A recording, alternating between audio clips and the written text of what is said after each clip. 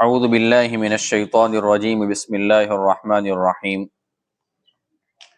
یا بنی اسرائیل اذکروا نعمتی التي انعمت علیکم وانی فضلتکم علی العالمین واتقوا یوما لا تجزی نفس عن نفس شیئا ولا يقبل منها شفاعة ولا يؤخذ منها عدل ولا هم ينصرون صدق اللہ العظیم۔ اے بنی اسرائیل، تم یاد کرو میری ان نعمتوں کو جو میں نے تمہارے اوپر نازل کی ہے، جو میں نے تم کو عطا کی ہے، اور میں نے تم کو تمام جہان والوں کے اوپر فضیلت دی ہے۔ اور ڈرو تم اس دن سے جس دن کوئی کسی کے کچھ کام نہیں آئے گا، اور نہیں تو کسی سے سفارش قبول کی جائے گی، اور نہیں تو کسی سے کوئی بدلہ فدیہ لیا جائے گا، اور نہیں تو کسی قسم کی مدد کی جائے گی۔ یہ سورہ بقرہ کی آیت نمبر 47 اور 48 ہے۔ اس میں اللہ رب العزت نے آگے بنی اسرائیل کے اوپر کیا کیا نعمتیں اللہ تبارک و تعالیٰ نے ان کو عطا فرمائی ہے، کون سی نعمتیں ان پر اللہ نے نازل فرمائی ہے، اس کا تفصیل سے آگے ذکر ہے۔ ابھی یہاں پر اللہ تبارک و تعالیٰ اشارہ دے رہے ہیں کہ تم میری نعمتوں کو یاد کرو کہ میری نعمتیں میں نے تم کو کیسی عطا فرمائی ہیں۔ اور یہاں پر جو آیا نا کہ میں نے تم کو تمام جہان والوں پر فضیلت دی ہے، اس کا معنی یہ نہیں ہے کہ بنی اسرائیل کا مقام اور مرتبہ امت محمدیہ صلی اللہ علیہ وسلم سے بڑا ہوا ہے، بلکہ اس وقت کی بات ہے کہ جب اپنے زمانے میں جو بنی اسرائیل جب تھے، تب ان کا مقام پوری امت کے اندر، پورے تمام انسانوں میں سب سے زیادہ بلند اور اونچا انہی کا تھا، اس لیے کہ بہت سارے انبیاء کرام علیہ الصلوۃ والسلام اللہ رب العزت نے بنی اسرائیل میں بھیجے ہیں، اور جہاں تک مجھے یاد پڑتا ہے کہ 4000 کے قریباً انبیاء کرام علیہ الصلوۃ والسلام اللہ تبارک و تعالیٰ نے بنی اسرائیل میں مبعوث فرمائے۔ اور صرف انبیاء کرام علیہ الصلوۃ والسلام نہیں آئے ہیں، بلکہ بعض تو وہ نبی بھی آئے ہیں کہ جو نبی بھی تھے اور بادشاہ بھی تھے، جیسے حضرت داؤد علیہ الصلوۃ والسلام، حضرت سلیمان علیہ الصلوۃ والسلام۔ اللہ تبارک و تعالیٰ نے ایسے بڑے بڑے انبیاء کرام علیہ الصلوۃ والسلام بھی ان کے اندر بھیجے جو نبی بھی تھے اور بادشاہ بھی تھے، لیکن ان لوگوں نے قدر نہیں کی۔ اور آگے اللہ تبارک و تعالیٰ کچھ قیامت کا ذکر کرتے ہیں، اشارہ دیا ہے، حالانکہ قیامت کا ذکر آگے کے پاروں میں انشاءاللہ آپ سنیں گے، ہم پڑھیں گے کہ بہت تفصیل کے ساتھ اللہ تبارک و تعالیٰ نے وہاں پر بیان کیا ہے قیامت کیسے آئے گی۔ اور یاد رکھنا میرے دوستو، قیامت جو آئے گی نا، وہ دنیا کے بدترین انسانوں کے اوپر آئے گی، اور انشاءاللہ میں اور آپ اس میں سے کوئی اس وقت زندہ نہیں ہوگا، کیونکہ ہم تو مر جائیں گے۔ قیامت تو جب آئے گی نا، ہم تبلیغ والے احباب جب بیان کرتے ہیں تو اپنے ایک حدیث مبارکہ سنی ہوگی، وہ کیا کہتے ہیں کہ اس دنیا کو اللہ تبارک و تعالیٰ کب تک قائم رکھیں گے؟ جب تک ایک اللہ اللہ کہنے والا ہوگا، ایک مسلمان بھی ہوگا نا، تب بھی اللہ تبارک و تعالیٰ اس دنیا کے نظام کو چلائیں گے۔ اور دنیا ختم کب ہوگی؟ جب اس دنیا کے اندر، اس دھرتی کے اوپر ایک مسلمان زندہ نہیں ہوگا، ایک مسلمان بھی زندہ نہیں ہوگا، اس وقت پھر قیامت اللہ تبارک و تعالیٰ لا دیں گے۔ پھر قیامت کا کیا منظر ہوگا؟ اذا السماء انفطرت میں ہے، اذا الشمس کوورت میں ہے، اذا السماء انشقت میں ہے، اور دیگر بھی قرآن کریم کی جو آیات کریمہ ہے اور صورتیں ہیں، وہاں پر اللہ تبارک و تعالیٰ نے بیان فرمایا ہے۔ یہاں پر اللہ تبارک و تعالیٰ میدان محشر کو بیان کرتے ہیں، اور اللہ تبارک و تعالیٰ نے یہ کیوں بیان فرمایا؟ پہلے اللہ تبارک و تعالیٰ نے بنی اسرائیل کو خطاب کیا کہ تم ڈرو قیامت کے دن سے، تم یہ مت سمجھنا کہ وہاں پر کوئی کسی کے کام آ جائے گا، وہاں پر کوئی کام نہیں آئے گا۔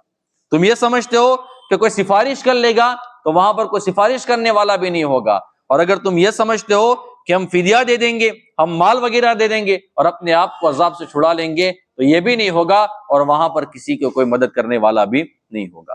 یہاں پر جو اللہ تبارک و تعالیٰ نے فرمایا وَلَا يُقْبَلُ مِنْهَا شَفَاعَةٌ، کہ کسی کی سفارش قبول نہیں کی جائے گی۔ سوال یہ ہوتا ہے کہ اللہ کے نبی صلی اللہ علیہ وسلم سفارش کریں گے، حفاظ کرام سفارش کریں گے، اسی طریقے سے شہداء سفارش کریں گے، تو سفارش کا ذکر تو حدیث میں آتا ہے، تو یاد رکھنا سفارش وہی لوگ کر سکیں گے جن کو اللہ کی جانب سے اجازت ہوگی۔ جن کو اللہ تبارک و تعالیٰ اجازت دیں گے وہ سفارش کر سکیں گے، اور جن کو اللہ کی جانب سے اجازت نہیں ہوگی تو وہ لوگ سفارش نہیں کر سکیں گے۔ میدان محشر کو کبھی کبھی یاد کرنے کا، کبھی کبھی نہیں بلکہ اکثر یاد کرتے رہنے کا۔ میدان محشر میں میرے اور آپ کا حساب و کتاب ہوگا، ہم نے کیا اعمال کیے ہیں۔ اس سے پہلے میں قیامت کا صرف حضرت اسرافیل علیہ السلام کا کچھ ذکر کر لوں، جو میں نے گزشتہ پیر کو آپ کے سامنے وعدہ کیا تھا۔ حضرت اسرافیل علیہ السلام، ان کو اللہ تبارک و تعالیٰ نے پیدا فرمایا ہے، اور ان کا کام ہے سور پھونکنا۔ قیامت جب قائم ہوگی تو وہ سور پھونکیں گے۔ وہ سور کتنا بڑا ہوگا، اور وہ سور کس چیز سے بنا ہوا ہے، اور حضرت اسرافیل علیہ السلام کتنے بڑے ہیں، ان کا جسم کتنا بڑا ہوگا، یہ میں آپ کی خدمت میں پیش کرتا ہوں۔ اللہ تبارک و تعالیٰ نے سب سے پہلے سور کو پیدا فرمایا، اور جو سور ہے نا وہ سینگ کے مانند ہے۔ اب وہ کیسا ہوگا وہ تو اللہ ہی بہتر جانتا ہے۔ وہ سینگ کے مانند ہوگا، اور کانچ کی طرح بالکل صاف اور شفاف ہوگا۔ اللہ نے بنا دیا ہے، وہ بالکل کانچ کی طرح صاف ہے، اور وہ سور پورا کا پورا موتی سے بنا ہوا ہے۔ کس سے بنا ہوا ہے؟ موتی سے بنا ہوا ہے۔ اور اس میں کتنے سوراخ ہیں؟ دنیا میں اب تک جتنے بھی جاندار پیدا ہو چکے ہیں یا ہو رہے ہیں یا آئندہ قیامت تک ہونے والے ہیں، اتنے اللہ تبارک و تعالیٰ نے سوراخ بنائے ہیں۔ ہر سوراخ میں سے ایک ہی بندے کی روح نکلے گی، ایک سوراخ میں سے 2 بندے کی روح بھی نہیں نکلے گی۔ اس سے اندازہ لگائے کہ اللہ تبارک و تعالیٰ نے کتنے سارے سوراخ پیدا فرمائے ہوں گے۔ اور اس کے بعد اللہ تبارک و تعالیٰ نے سور کو کہا، عرش کو کہا کہ تو سور کو اٹھا لے، تو عرش نے سور کو اٹھا لیا۔ پھر اللہ تبارک و تعالیٰ نے اپنے امر کن سے حضرت اسرافیل علیہ السلام کو پیدا فرمایا۔ حضرت اسرافیل علیہ السلام جب پیدا ہوئے نا تو اللہ تبارک و تعالیٰ نے حضرت اسرافیل کو یوں فرمایا کہ اسرافیل وہ سور تم اٹھا لو۔ حضرت اسرافیل نے اٹھا لیا، اپنا ایک پاؤں عرش کے آگے رکھا اور ایک پاؤں عرش کے نیچے رکھا۔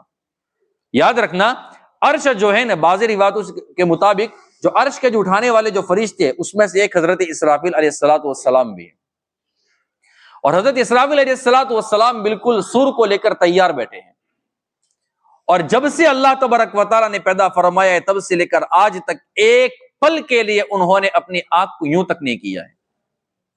اور حدیث مبارکہ میں آتا ہے کہ ان کی آنکھ 2 بڑے بڑے چمکدار ستاروں کے مانند ہیں۔ ان کی شکل پھر کیسی ہوگی؟ اچھا، وہ سور جس کو حضرت اسرافیل علیہ السلام نے جس حصے کو اپنے منہ میں رکھا ہے، ہم عام طور پر دیکھتے ہیں کہ اگر کوئی چھوٹی سی نلی ہو اور اپنے منہ میں ڈالتے ہیں تو وہ نلی کتنی ہوتی؟ اتنی ہوتی ہے، اور ہمارا منہ کتنا ہوتا ہے؟ اتنا ہوتا ہے۔ اب سور کتنا بڑا ہوگا جس سور کے حصے کو حضرت اسرافیل علیہ السلام نے اپنے منہ میں ڈالا ہے، وہ سوراخ اتنا بڑا ہوگا، اتنا بڑا ہے کہ اس کے اندر 7 زمین اور 7 آسمان آ سکتے ہیں۔ اور میں آپ کو کافی تفصیل پہلے بتا چکا ہوں کہ 7 زمین کتنی بڑی ہے اور 7 آسمان کتنے بڑے، کتنے موٹے ہیں۔ اب اس سے اندازہ لگا لے کہ وہ سوراخ سور کا وہ کتنا بڑا ہوگا۔ اب اس سے آپ اندازہ لگا لے کہ وہ پورا سوراخ حضرت اسرافیل علیہ السلام کے منہ میں آ جاتا ہے تو حضرت اسرافیل علیہ السلام کا منہ کتنا بڑا ہوگا، اور اس کے بعد آپ اندازہ لگا لے کہ حضرت اسرافیل علیہ السلام کا وجود کتنا بڑا ہوگا۔ ایسے ہی پوری دنیا کو تھوڑی ختم کر دیں گے، ایسے ہی تھوڑی ختم کر دیں گے۔ اور حضرت اسرافیل علیہ السلام کے بارے میں علامہ سیوطی رحمۃ اللہ علیہ البدوء الصافرہ کے اندر روایت لائے ہیں، ان کا جسم اتنا لمبا ہے کہ ان کے جو پاؤں ہیں نا وہ 7 زمین کے نیچے ہے، اور ان کا جو سر ہے نا وہ 7 آسمان سے اوپر ہے۔ اور عرش کا ایک پایا اللہ تبارک و تعالیٰ نے حضرت اسرافیل علیہ السلام کے کندھے کے اوپر رکھا ہے۔ ایک مرتبہ اللہ کے حبیب صلی اللہ علیہ وسلم نے ارشاد فرمایا، جس کا خلاصہ یہ ہے کہ میں کیسے چین سے بیٹھ سکتا ہوں کہ سور پھونکنے والا فرشتہ بالکل سور کو لے کر تیار ہو چکا ہے، بس وہ انتظار کر رہا ہے کہ کب اللہ کی جانب سے مجھے حکم ہو جائے کہ اب تم سور پھونک دو اور قیامت کو نازل کر دو اور میں اس کو پورا کر لوں۔ صحابہ کرام نے پوچھا کہ رسول اللہ پھر ہم کیا کریں؟ تو اللہ کے حبیب صلی اللہ علیہ وسلم نے ارشاد فرمایا، یہ دعا پڑھو بار بار، حسبنا اللہ ونعم الوکیل، حسبنا اللہ ونعم الوکیل۔ اس دعا کو بار بار پڑھو۔ ایک مرتبہ اللہ کے حبیب صلی اللہ علیہ وسلم نے حضرت جبرائیل علیہ السلام کو ارشاد فرمایا کہ جبرائیل، بہت سارے فرشتے میرے پاس آتے ہیں، ہنستے مسکراتے ہوتے ہیں، لیکن میں دیکھتا ہوں کہ اسرافیل کبھی بھی ہنستے نہیں ہیں، کبھی بھی مسکراتے نہیں ہیں، وجہ کیا ہے؟ حضرت جبرائیل علیہ الصلوۃ والسلام نے فرمایا یا رسول اللہ، جب سے اللہ تبارک و تعالیٰ نے حضرت اسرافیل علیہ الصلوۃ والسلام کو پیدا فرمایا ہے اور جب سے اللہ تبارک و تعالیٰ نے دوزخ کو پیدا فرمایا ہے نا، تو ان کے اندر اتنا ڈر پیدا ہو گیا ہے نا، اس ڈر کی وجہ سے کبھی بھی ان کے چہرے کے اوپر مسکان نہیں آئی ہے، کبھی بھی چہرے کے اوپر مسکراہٹ نہیں آئی ہے۔ کتنا بڑا فرشتہ ہے اور دوزخ سے وہ کتنا ڈرتا ہے۔ اور میں اور آپ ذرا سوچیں کہ ہمارے سامنے کتنی مرتبہ قیامت کا ذکر آتا ہے، کتنی مرتبہ میدان محشر کا ذکر آتا ہے، کتنی مرتبہ جہنم اور جہنم کے عذاب کا ذکر آتا ہے، اور نہ جانے کتنی مرتبہ ہمارے سامنے قبروں کا ذکر آتا ہے، اور نہ جانے کتنی مرتبہ عذاب قبر کے واقعات ہمارے سامنے آتے ہیں۔ لیکن کیا میں اور آپ خلوت اور جلوت میں، تنہائی میں اور لوگوں کے سامنے کبھی بھی اپنے آپ کو اللہ کی نافرمانی سے بچاتے ہیں تو اللہ کا شکر ہے، اور نہیں بچاتے ہیں تو پھر ہمارے دل کے اوپر ایسا کون سا زنگ لگ گیا ہے کہ اتنے ساری عبرت کی باتیں سننے کے باوجود اس کے بعد بھی ہمارے دل کے اوپر ایک اثر نہیں ہوتا ہے۔ ہمیں اس کی فکر کرنی چاہیے۔ خیر، حضرت اسرافیل علیہ الصلوۃ والسلام کو سور کو پھونکیں گے، اور سور میں آگے واقعہ جب میں قرآن کریم میں جب آئے گا تب وہاں پر میں بیان کروں گا کہ سور کس طریقے سے پھونکا جائے گا، کیا کیفیت ہوگی، لیکن ابھی صرف خلاصہ سمجھ لیں۔ سور 2 مرتبہ پھونکا جائے گا۔ پہلی مرتبہ جو سور پھونکا جائے گا وہ لوگوں کو ختم کرنے کے لیے، پوری دنیا کو تہس نہس کر دیا جائے گا، اور اللہ تبارک و تعالیٰ جب میدان محشر میں لوگوں کو اٹھائیں گے نا، اس وقت بھی ایک سور پھونکا جائے گا، اور پہلے سور اور دوسرے سور کے درمیان تقریباً 40 سال کا فاصلہ ہوگا۔ اللہ تبارک و تعالیٰ عرش کے نیچے سے پانی برسائیں گے اور لوگ اپنے قبروں سے اٹھیں گے، سور کو پھونکا جائے گا اور میدان محشر میں لوگ چلے جائیں گے، اور اس وقت زمین بھی یہ زمین نہیں ہوگی۔ اللہ تبارک و تعالیٰ قرآن کریم میں ارشاد فرماتے ہیں یوم تبدل الارض غیر الارض والسماوات برزوا للہ الواحد القہار۔ قرآن کریم میں اللہ تبارک و تعالیٰ ارشاد فرماتے ہیں، آیات کریمہ میں نے خلاصے کے طور پر پڑھی ہے، ہو سکتا ہے آگے پیچھے جملہ ہو، کہ اللہ تبارک و تعالیٰ زمین کو بدل دیں گے۔ یہ زمین نہیں ہوگی، وہ زمین جو آئے گی وہ پوری چاندی کی طرح صاف اور شفاف ہوگی، ناپاک زمین نہیں ہوگی، اور اس زمین کے اوپر اللہ تبارک و تعالیٰ لوگوں کو کھڑا کر دیں گے، اور پھر لوگوں کے نام اعمال کا حساب ہوگا، اور اس کا بھی ذکر اللہ تبارک و تعالیٰ نے قرآن کریم میں پارہ نمبر 29 سورۃ الحاقہ میں ذکر کیا ہے۔ اللہ تبارک و تعالیٰ ارشاد فرماتے ہیں، کیا کیفیت اللہ تبارک و تعالیٰ نے میدان محشر کی بیان کی ہے کہ جن لوگوں کو نام اعمال داہنے ہاتھ میں دیا جائے گا وہ کیا کہیں گے، اور جن کو الٹے ہاتھ میں دیا جائے گا وہ کیا کہیں گے۔ چنانچہ اللہ تبارک و تعالیٰ ارشاد فرماتے ہیں فَأَمَّا مَنْ أُوتِيَ كِتَابَهُ بِيَمِينِهِ فَيَقُولُ هَاؤُمُ اقْرَءُوا كِتَابِيَهْ، جن کے نام اعمال جس کو بھی سیدھے ہاتھ میں دیا جائے گا تو وہ بندہ خوش ہو جائے گا۔ میں خلاصہ بیان کرتا ہوں، وہ بندہ خوش ہو جائے گا اور کیا کہے گا، پڑھو پڑھو میرے نام اعمال کو، میں پاس ہو گیا ہوں۔ بندہ دنیا میں ایگزام میں پاس ہو جاتا ہے نا تو کیسے خوشیاں مناتا ہے، اب وہ خوشی کیسی ہوگی کہ بندہ میدان محشر میں منائے گا، لوگوں کو بتاتا پھرے گا کہ دیکھو میں پاس ہو گیا، میں جنتی بن گیا، اللہ نے مجھے کہہ دیا ہے کہ تو جنت میں چلا جا۔ اللہ ہم سب کو یہ خوشی عطا فرمائے۔ فَأَمَّا مَنْ أُوتِيَ كِتَابَهُ بِيَمِينِهِ فَيَقُولُ هَاؤُمُ اقْرَءُوا كِتَابِيَهْ، پھر وہ بندہ کیا کہے گا، إِنِّي ظَنَنتُ أَنِّي مُلَاقٍ حِسَابِيَهْ، مجھے پتا تھا، مجھے یقین تھا کہ میرا حساب و کتاب ہونے والا ہے۔ فَهُوَ فِي عِيشَةٍ رَاضِيَةٍ، وہ بہترین خوشحال زندگی میں ہوگا، بہترین زندگی اللہ تبارک و تعالیٰ وہاں پر عطا فرمائیں گے۔ فی جنت عالیہ، اور بلند بلند جنتوں میں ہوں گے، ہوگا قطوفہا دانیہ، اور وہاں کے جو میوے ہوں گے، جو پھل ہوں گے وہ جھکے ہوئے ہوں گے۔ میں خلاصہ بتا رہا ہوں، پھر اللہ تبارک و تعالیٰ کی جانب سے کیا کہا جائے گا، کلوا واشربوا ہنیئا بما اسلفتم فی الایام الخالیہ، کھاؤ پیو خوشی خوشی مزے کرو، کیوں؟ اس لیے کہ تم نے گزرے ہوئے دنوں کے اندر اچھے اعمال کیے تھے، آج اس کا تم کو یہ بدلہ اور صلہ ملا ہے۔ اور اب اللہ تبارک و تعالیٰ ان لوگوں کا ذکر کرتے ہیں جن کو نام اعمال الٹے ہاتھ میں دیے جائیں گے۔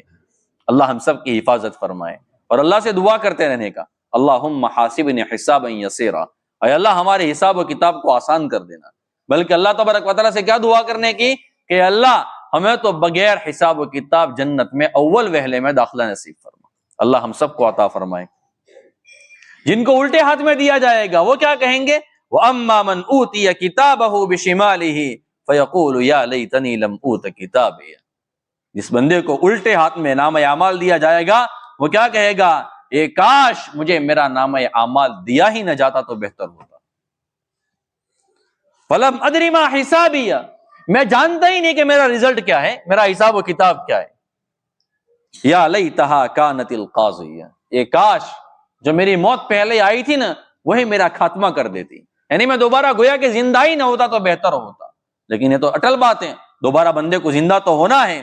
یا لیتہا کانت القاضیہ ما اغنی عنی مالیہ، میرے مال نے مجھے نفع نہیں دیا.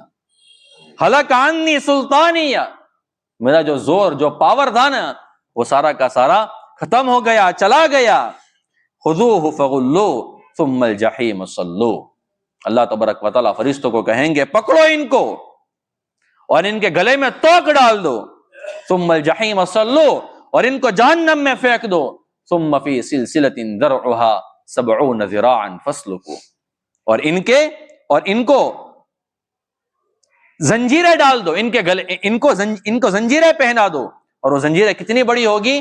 جس کی لمبائی 70 گز ہوگی. وہ کتنی بڑی ہوگی میں ایک مرتبہ آپ کی خدمت میں تفسیر میں بیان کر چکا ہوں.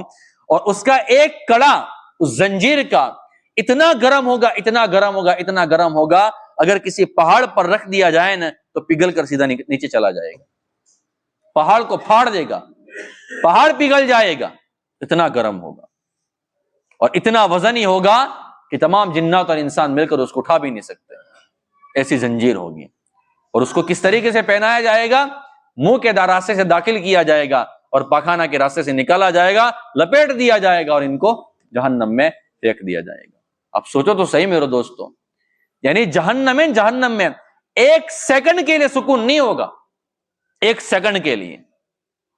وہاں پر جائیں گے، باہر کی آگ، زنجیر کو داخل کیا، گلے میں درد، پیچھے کے راستے میں درد، یعنی ہر جگہ پر عذاب ہی عذاب ہے. اللہ ہم سب کی حفاظت فرمائے. انہ کان لا یؤمن باللہ العظیم، یہ عذاب ان کو کیوں دیا جائے گا؟ اس لیے کہ یہ لوگ اللہ رب العزت کے اوپر ایمان نہیں رکھتے تھے، جو اللہ تبارک و تعالی بہت بڑا ہے. ولا یحض علی طعام المسکین، جو غریبوں کو کھانا کھلانے کی ترغیب بھی نہیں دیتے تھے، غریبوں کو کھانا کھلانے کا لوگوں کو کہتے بھی نہیں تھے کہ مسکینوں کو کھانا کھلاؤ، ان کو بھی عذاب دیا جائے گا. فلیس لہ اليوم ہاہنا حمیم، اور آج یہاں پر ان کا کوئی دوست نہیں ہوگا. ولا طعام الا من غسلین، اور کھانا بھی دیا جائے گا تو کیا دیا جائے گا؟ جہنمی لوگوں کا جو خون اور پیپ ہوگا نا وہ ان کو کھانے کے لیے دیا جائے گا کہ کھاؤ اس کو، پیو اس کو. ولا طعام الا من غسلین لا یأکلہ الا الخاطئون، جو گنہگار ہوں گے وہ اس سے کھائیں گے. اور قرآن کریم میں اللہ رب العزت عبس و تولی کے اندر بھی اسی چیز کو بیان فرماتے ہیں کہ میدان محشر میں لوگوں کی کیفیت کیا ہوگی. دیکھو دنیا کے اندر ماں باپ کا رشتہ سب سے مضبوط رشتہ مانا جاتا ہے، میاں بیوی کا رشتہ سب سے مضبوط مانا جاتا ہے، پھر ماں باپ کا مانا جاتا ہے، پھر بھائی کا بھی مانا جاتا ہے. دنیا کے اندر اگر بھائی کو تکلیف پہنچتی ہے نا، اور اگر اپنے سگے بھائی کو اس سے محبت ہوتی ہے تو وہ دوڑ کر چلا جاتا ہے کہ میرا بھائی تکلیف میں ہے. ماں باپ کو تکلیف ہوتی ہے، بندہ دوڑ کر چلا جاتا ہے. بیٹے کو تکلیف ہوتی ہے، ماں باپ دوڑ کر آتے ہیں. بیوی کو تکلیف ہوتی ہے، بندہ دوڑ کر جاتا ہے. شوہر کو تکلیف ہوتی ہے، بیوی دوڑ کر آتی ہے. لیکن میدان محشر کی ہولناکی ایسی ہوگی، وہاں پر کسی کو کوئی پرسان حال نہیں ہوگا، کوئی کسی کا کوئی پوچھنے والا نہیں ہوگا. بلکہ روایتوں میں آتا ہے، الحبائق کے اندر البدور الصافرہ کے اندر علامہ سیوطی رحمۃ اللہ علیہ روایت لائے ہے کہ جو سورج آج اتنا دور ہے اور اتنی گرمی پھینک رہا ہے، وہی سورج 63 گنا اس کی گرمی بڑھا دی جائے گی اور 1 میل 2 میل کے فاصلے کے اوپر آ جائے گا. لوگ پسینے میں شرابور ہوں گے. میں تفصیل سے روایت سناؤں گا کہ وہ کیفیت کیا ہوگی. کوئی گھٹنوں کے بل پسینے میں ہوگا، کوئی کمر تک ہوگا، کوئی سینے تک ہوگا، کوئی پورا پسینے میں ڈوبا ہوا ہوگا. اور میدان محشر کا ایک دن میرے دوستوں 50,000 سال کے برابر ہوگا. مسلمان ہوں گے، نیک لوگ ہوں گے، ان کے لیے تو بہت آسان ہو جائے گا. ان کے لیے تو حساب و کتاب انشاءاللہ میرے اور آپ کے لیے تو ایسا ہوگا جیسا کہ عصر اور مغرب کا وقت ہے. کتنے اسپیڈ سے چلا جاتا ہے، اتنے وقت میں اللہ تبارک و تعالیٰ بھیج دیں گے انشاءاللہ. لیکن جو کافر ہوں گے، جو گنہگار ہوں گے، ان کے لیے وہاں کا ایک دن کتنا لگے گا؟ 50,000 سال کے برابر لگے گا. اور آپ دیکھ لینا، جو مصیبت کی گھڑیاں ہوتی ہے نا وہ کاٹتے بھی نہیں کٹتی، وہ گھڑیاں جلدی سے گزرتی نہیں ہیں. اور خوشی کے جو پل ہوتے ہیں نا وہ یوں گزر جاتے ہیں، بندے کو پتہ بھی نہیں چلتا ہے. اللہ ہم سب کو ہمیشہ کی خوشی عطا فرمائے اور ہمیشہ کے غم سے ہم سب کی حفاظت فرمائے۔ تو وہاں پر اللہ تبارک و تعالیٰ کیا فرماتے ہیں؟ قیامت کا میدان کیا ہوگا؟ یوم یفر المرء من اخیہ، آدمی جو ہوگا نا وہ اپنے بھائی سے بھاگے گا کہ آج میں تیری مدد نہیں کر سکوں گا، تو میرے پاس بھی مت آنا۔ وَأُمِّهِ وَأَبِيهِ، اپنی ماں سے بھی بھاگے گا دور، اپنے باپ سے بھی دور بھاگے گا۔ وَصَاحِبَتِهِ وَبَنِيهِ، اپنی بیوی سے بھی دور بھاگے گا، اور اسی طریقے سے اپنی اولاد سے بھی دور بھاگے گا۔ لِكُلِّ امْرِئٍ مِّنْهُمْ يَوْمَئِذٍ شَأْنٌ يُغْنِيهِ، اور اس دن لوگوں کی حالت ایسی ہو جائے گی کہ کوئی کسی کی طرف دیکھے گا بھی نہیں۔ میں خلاصہ بیان کر رہا ہوں اس آیت کریمہ کا۔ وجوہ یومئذ مسفرہ، اس دن بہت سارے چہرے ایسے ہوں گے جو چمکدار ہوں گے۔ ضاحکۃ مستبشرہ، اور وہ ہنس رہے ہوں گے، خوشیاں منا رہے ہوں گے۔ اللہ ہم کو ان میں سے بنا لے۔ ووجوہ یومئذ علیہا غبرہ، اور کچھ چہرے ایسے ہوں گے کہ ان کے چہروں کے اوپر گرد و غبار لگا ہوا ہوگا۔ ترحقها قطرہ، ان کے چہرے کے اوپر سیاہی چھائی ہوئی ہوگی۔ اور وہ کون لوگ ہوں گے؟ اولئک هم الکفرۃ الفجرہ، وہ کافر لوگ ہوں گے اور گنہگار لوگ ہوں گے۔ تو یہ میرے دوستوں میدان محشر کا کچھ منظر اور کچھ جھلکیاں میں نے آپ کی خدمت میں پیش کی ہیں۔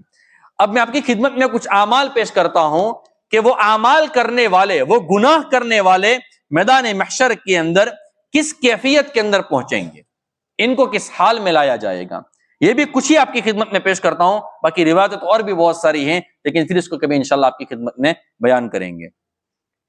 دنیا کے اندر جو انسان سود کھانے والا ہوگا، سود کے اوپر اللہ تبارک و تعالیٰ نے پارہ نمبر 3 میں الذین یأکلون الربا لا یقومون الا کما یقوم الذی یتخبطہ الشیطان من المس، وہاں پر تفصیل کے ساتھ بیان کیا جائے گا، لیکن یہاں پر ایک روایت بیان کر دیتا ہوں کہ جو بندہ دنیا میں سود کھاتا ہوگا، بیاج کھاتا ہوگا، اس کو اللہ تبارک و تعالیٰ میدان محشر میں کس طریقے سے اٹھائیں گے۔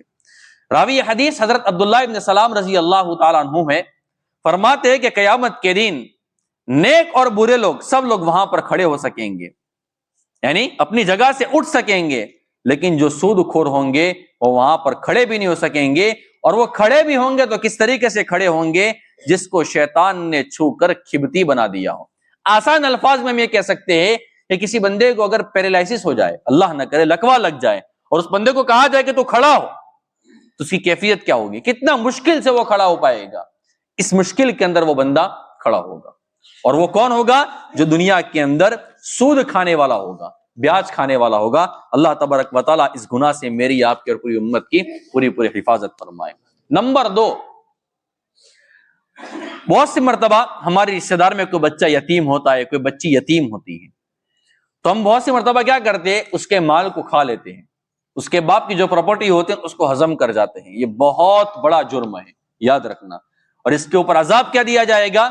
حضرت ابو ہریرہ رضی اللہ تعالیٰ عنہ راوی حدیث ہے، وہ فرماتے ہیں کہ اللہ کے نبی صلی اللہ علیہ وسلم نے ارشاد فرمایا، اللہ تعالیٰ قیامت کے دن ایک قوم کو ان کی قبروں سے نکالیں گے تو ان کے منہ سے آگ کے شعلے نکل رہے ہوں گے۔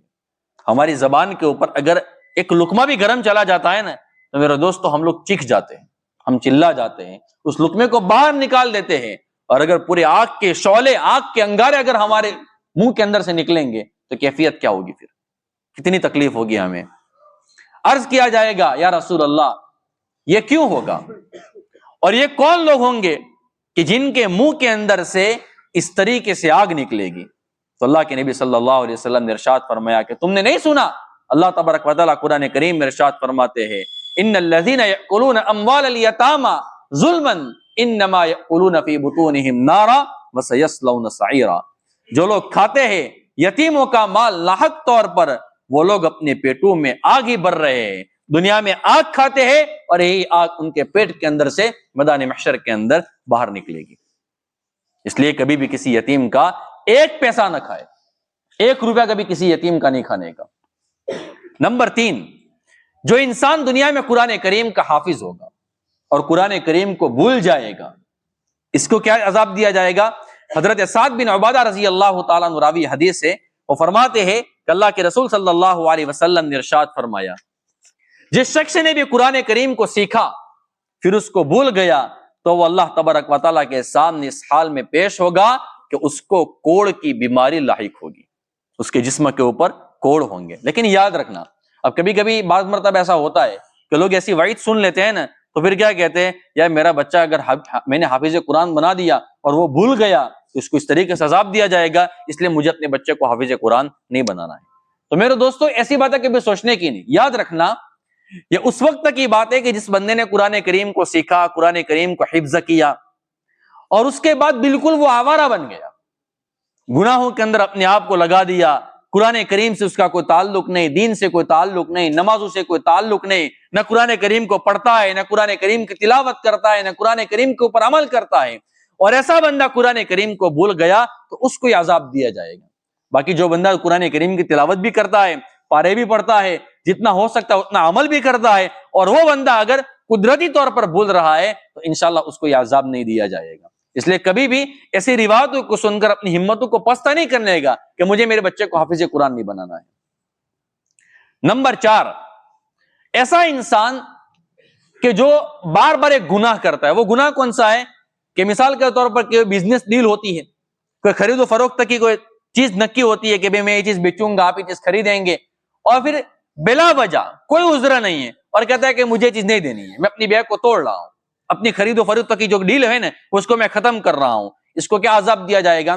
راوی حدیث حضرت ابو الدرداء رضی اللہ تعالیٰ عنہ ہے، وہ فرماتے ہیں کہ اللہ کے نبی صلی اللہ علیہ وسلم نے ارشاد فرمایا، جو شخص اللہ تبارک و تعالیٰ سے اس حالت میں ملا کہ وہ بیع کر کے، یعنی کوئی چیز بیچ کر کے بار بار اس کو توڑ دیا کرتا تھا، نکی کیا کہ میں چیز بیچوں گا اور پھر کہتا ہے کہ میں نہیں بیچوں گا، تو وہ اللہ تبارک و تعالیٰ کو اس حالت میں ملے گا کہ اس کو کوڑ کی بیماری لاحق ہوگی، اس کے جسم کے اوپر بھی کوڑ ہوں گے۔ نمبر 5، دنیا کے اندر جو انسان تکبر کرے گا، اپنے آپ کو بڑا سمجھے گا، سامنے والے بندے کو حقیر اور ذلیل سمجھے گا، اس کو کیا عذاب دیا جائے گا؟ راوی حدیث حضرت جابر رضی اللہ تعالیٰ عنہ ہے، وہ فرماتے ہیں کہ اللہ کے نبی صلی اللہ علیہ وسلم نے ارشاد فرمایا، اللہ تبارک و تعالیٰ قیامت کے دن کچھ لوگوں کو اٹھائیں گے اور ان کا جسم کتنا ہوگا؟ چوٹیوں کی صورت میں اللہ ان کو اٹھائیں گے۔ چوٹیاں کتنی چھوٹی چھوٹی ہوتی ہے، ایسی شکلوں میں اللہ تبارک و تعالیٰ ان کو اٹھائیں گے، اور لوگ ان کو میدان محشر میں اپنے پاؤں تلے رو دیں گے، لوگ ان کے اوپر چلیں گے، تو پوچھا جائے گا کہ ان چوٹیوں کی جسامت والوں نے کیا جرم کیا ہے؟ یعنی جو اتنے چھوٹے چھوٹے لوگ ہیں جن کی جسم اتنا چھوٹا بن گیا ہے کہ چوٹی کے مانند ہے، تو ان کا جرم کیا تھا، ان کا گناہ کیا تھا؟ تو بتایا جائے گا کہ یہ لوگ دنیا میں تکبر کیا کرتے تھے، تو اس کی وجہ سے ان کو یہ عذاب دیا جائے گا۔ اسی طریقے سے کوئی انسان، اس کو کوئی محتاجگی نہیں ہے، بلا ضرورت لوگوں سے مانگتا پھرتا رہتا ہے، سوال کرتا رہتا ہے، اس کو کیا عذاب دیا جائے گا؟ راوی حدیث حضرت عبداللہ ابن مسعود رضی اللہ تعالیٰ عنہ ہے، وہ فرماتے کہ اللہ کے نبی صلی اللہ علیہ وسلم نے ارشاد فرمایا، جو شخص اس حال میں سوال کرے گا کہ اس کے پاس اتنا موجود ہو کہ اس کی ضرورت پوری ہو سکتی ہو، تو وہ قیامت کے دن اس حال میں پیش کیا جائے گا، اس حال میں آئے گا کہ اس کا چہرہ عیب دار اور خراش دار ہوگا، جسے ہم کہتے ہیں دادر کی بیماری، تو اس کو دادر کی بیماری لگی ہوئی ہوگی، اس حال میں وہ اللہ تبارک و تعالیٰ کے سامنے آئے گا۔ پھر ایک اور گناہ ہے اور ہم اس کو بہت معمولی سمجھتے ہیں، ہم کبھی کبھی پان مسالہ کھاتے ہیں یا ایسے بلگم تھوکتے ہیں، تو ہم لوگ کیا کرتے ہیں؟ قبلے کی طرف تھوکتے ہیں۔ کبھی یہ جرم نہیں کرنے کا، حالانکہ یہ خلاف ادب ہم کہہ سکتے ہیں، لیکن یہ بھی ایک اعتبار سے دیکھا جائے تو گناہ ہے اور اس کے اوپر وعید بھی موجود ہے۔ روایت کیا ہے؟ حضرت حذیفہ رضی اللہ تعالیٰ عنہ سے روایت ہے، اللہ کے حبیب صلی اللہ علیہ وسلم نے ارشاد فرمایا، جس نے قبلہ رخ تھوک پھینکا، اپنا قبلے کی طرف اس نے تھوکا، تو وہ قیامت کے دن اس حال میں آئے گا کہ وہ تھوک اس کی دونوں آنکھوں کے درمیان لگا ہوا ہوگا، یعنی ایک اعتبار سے اس بندے کی ذلت ہوگی، اور اس طریقے سے وہ اللہ تبارک و تعالیٰ کے دربار میں پیش کیا جائے گا۔ اب اہم بات آ رہی ہے، اب دیکھنا ہمارے معاشرے میں، ہر معاشرے میں، ہر قوم میں، ہر برادری میں، ہر جگہ پر آپ کو ایسے لوگ ملیں گے جو دو منہ والے ہوں گے۔ کیا مطلب ہے؟ وہ ڈبل باتیں کریں گے، آپ کے پاس ہوں گے الگ بات کریں گے، اور آپ کے اپوزیشن میں جو لوگ ہوں گے نا وہاں پر جا کر الگ بات کریں گے۔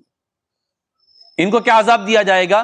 حضرت سعد بن ابی وقاص رضی اللہ تعالیٰ عنہما، سعد بن ابی وقاص رضی اللہ تعالیٰ عنہ راوی حدیث ہے، وہ فرماتے ہیں اللہ کے نبی صلی اللہ علیہ وسلم نے ارشاد فرمایا، میں نے سنا کہ اللہ کے نبی نے ارشاد فرمایا کہ دنیا میں دو رخی اختیار کرنے والا، ڈبل ڈوگلی، یہاں بات الگ کرے گا وہاں بات الگ کرے گا، دو رخی کرنے والا قیامت کے دن اس حال میں آئے گا کہ اس کے آگ کے 2 منہ ہوں گے. اس کے منہ کتنے ہوں گے؟ 2 ہوں گے, اور وہ بھی کس کے ہوں گے؟ آگ کے بنے ہوئے ہوں گے.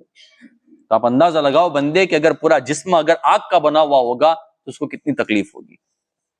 اسی طریقے سے انس رضی اللہ تعالیٰ عنہ راوی حدیث ہے, وہ فرماتے ہیں کہ اللہ کے نبی صلی اللہ علیہ وسلم نے ارشاد فرمایا, جو شخص 2 رخ اختیار کرتا ہے, ڈبل دوگلاپن کرتا ہے, تو اللہ تبارک و تعالی اس کو اللہ تبارک و تعالی اس کی آگ کی 2 زبانیں بنا دیں گے. اس کے منہ کے اندر 2 زبانیں ہوگی, اور وہ دونوں زبانیں کس کی چیز سے بنی ہوئی ہوگی؟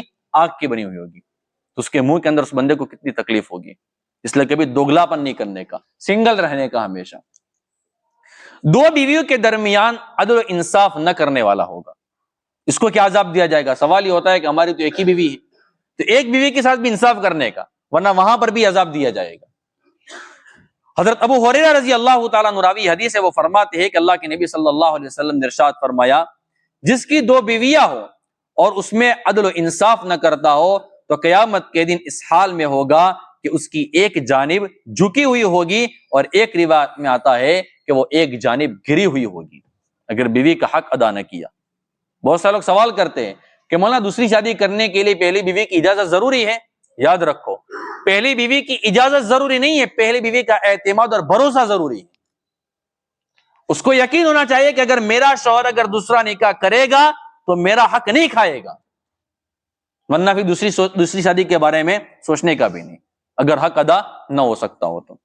ہمارے اکابرین کی زندگی آپ دیکھیں نا, کہ جن کی 2 بیویاں تھی تو وہ انصاف کیسے کرتے تھے. حضرت مولانا اشرف علی تھانوی رحمۃ اللہ علیہ کے بارے میں آتا ہے, حضرت کی 2 بیویاں تھیں, حضرت کی اولاد کوئی نہیں تھی, تو حضرت انصاف کتنا کرتے تھے کہ اگر کسی کے یہاں سے خربوز آ جاتا, تربوز جسے ہم کہتے ہیں تربوز, اگر تربوز آ جاتا نا تو ایسا نہیں کرتے تھے حضرت کہ ایک یہاں پر بیچ دیا ایک وہاں پر بیچ دیا, ہو سکتا ہے ایک چھوٹا ہو ایک بڑا ہو, ایک کے پاس چھوٹا جائے ایک کے پاس بڑا جائے, یہ ناانصافی ہو جائے گی. حضرت کیا کرتے تھے, دونوں کے 2 ٹکڑے کرتے تھے, ایک کا ٹکڑا اس طرف ایک کا ٹکڑا اس طرف, اور اس طریقے سے حضرت بیچتے تھے. یہ ہوتی ہے 2 بیویوں کے درمیان انصاف کا معاملہ. تو یہ کچھ لوگوں کی حالت ہوگی. اب اسی طریقے سے ایک اور عذاب لوگوں کو دیا جائے گا, وہ کیا ہوگا؟ آپ دیکھنا معاشرے میں جو بگاڑ آتا ہے نا, اکثر معاشرے دیکھ لیجیے یا آپ اپنے خاندان کو دیکھ لیجیے, اگر آپ کے خاندان میں اگر کوئی جھگڑا ہوگا نا تو اس جھگڑے کے اندر ایک شخص بنیادی وجہ ہوگی, اور اس کی عادت کیا ہوگی؟ چگل خوری کی, چاڑیاں کرنے کی. وہ کیا کرے گا؟ یہاں کی بات وہاں کرے گا, وہاں کی بات یہاں کرے گا. اور یاد رکھنا میرے دوستو, میں روایت آگے سناتا ہوں, ایسے لوگوں سے کبھی بھی نہیں ڈرنے کا جو چگل خوری کرتے ہیں. یہ نہ آپ کی دنیا کا نقصان کر سکتے ہیں, نہ انشاءاللہ آپ کی آخرت کا نقصان کر پائیں گے. اگر کریں گے تو اپنی دنیا کو بگاڑیں گے, اپنی دنیا میں ذلیل ہوں گے, اور اگر بھگتیں گے تو وہ آخرت میں بھگتیں گے, لیکن انشاءاللہ وہ آپ کا اور ہمارا کچھ نہیں بگاڑ سکتے ہیں. جو ایسے گناہ کے اندر مبتلا ہوں گے, چگلی کریں گے, ان کو کیا عذاب دیا جائے گا؟ حضرت علاء ابن حارث رضی اللہ تعالیٰ عنہ راوی حدیث ہے, وہ فرماتے کہ اللہ کے نبی صلی اللہ علیہ وسلم نے ارشاد فرمایا کہ پسے پشت عیب جوئی کرنے والا, عیب کو تلاش کرنے والا کہہ دیجئے, غیبت کرنے والا کہہ دیجئے, چگل خوری کرنے والا, اور تیسرا گنہگار کون سا؟ جو گنہگاروں کی صفائی میں پیش کرنے میں حد سے گزر جانے والا. یعنی تیسرا گناہ کون سا ہے کہ کسی بندے نے کوئی گناہ کیا ہو, اب اس کے گناہ کے بارے میں صفائی دینا, کلیریفیکیشن دینا کہ نہیں اس نے ایسا نہیں کیا تھا, یہ ایسا نہیں ہے, یہ ایسا ہے, یہ غلط فہمی ہو گئی ہے, اس کی دلیل کیا ہے؟ حالانکہ گناہ ہے, اس نے کیا ہے, دنیا جانتی ہے, سب کو پتا ہے, پروف ہو چکا ہے, لیکن اس کے باوجود بھی اس کے بارے میں بار بار صفائیاں دیتے رہنا. یہ 3 گناہ جس میں ہوں گے تو ان کو کیا عذاب دیا جائے گا؟ جب اللہ تبارک و تعالیٰ ان کو اٹھائیں گے میدان محشر میں, تو یاد رکھنا ان کو کتوں کی شکل میں اٹھائیں گے. ان کو کس شکل میں اٹھائیں گے؟ میں نے حوالہ دے دیا ہے, البدور الصافرہ کے اندر روایت موجود ہے, کتوں کی شکل میں اللہ تبارک و تعالیٰ ایسے لوگوں کو اٹھائیں گے. اس لیے کبھی بھی کسی کا عیب نہیں تلاش کرنے کا, کبھی بھی کسی کی غیبت نہیں کرنے کی, کبھی بھی چگل خوری نہیں کرنے کی. اور اگر کوئی بندہ گنہگار ہے اور اس کا گناہ کھل گیا ہے تو خامخواہ اچھے بننے کے لیے اس کے گناہوں کی صفائی نہیں دینے کی کہ اس نے ایسا گناہ نہیں کیا ہے. اللہ تبارک و تعالیٰ میدان محشر کی ذلت اور رسوائی سے میری, آپ کی, ہماری نسلوں کی اور پوری امت کی پوری حفاظت فرمائے. تو آج میں نے آپ کی خدمت میں یہ میدان محشر کو کچھ پیش کیا ہے. اب آئندہ پیر کو انشاءاللہ واقعہ آئے گا. وہ واقعہ کیا ہے کہ اللہ تبارک و تعالیٰ نے حضرت موسیٰ علیہ الصلوۃ والسلام کو اور بنی اسرائیل کو کس طریقے سے فرعون سے چھٹکارا عطا فرمایا ہے. وہ بڑا تفصیل کے ساتھ واقعہ ہے، بڑا مزیدار واقعہ ہے، وہ انشاءاللہ آئندہ آپ کی خدمت میں پیش کیا جائے گا. اللہ تبارک و تعالی ہم سب کو عمل کرنے کی توفیق عطا فرمائے.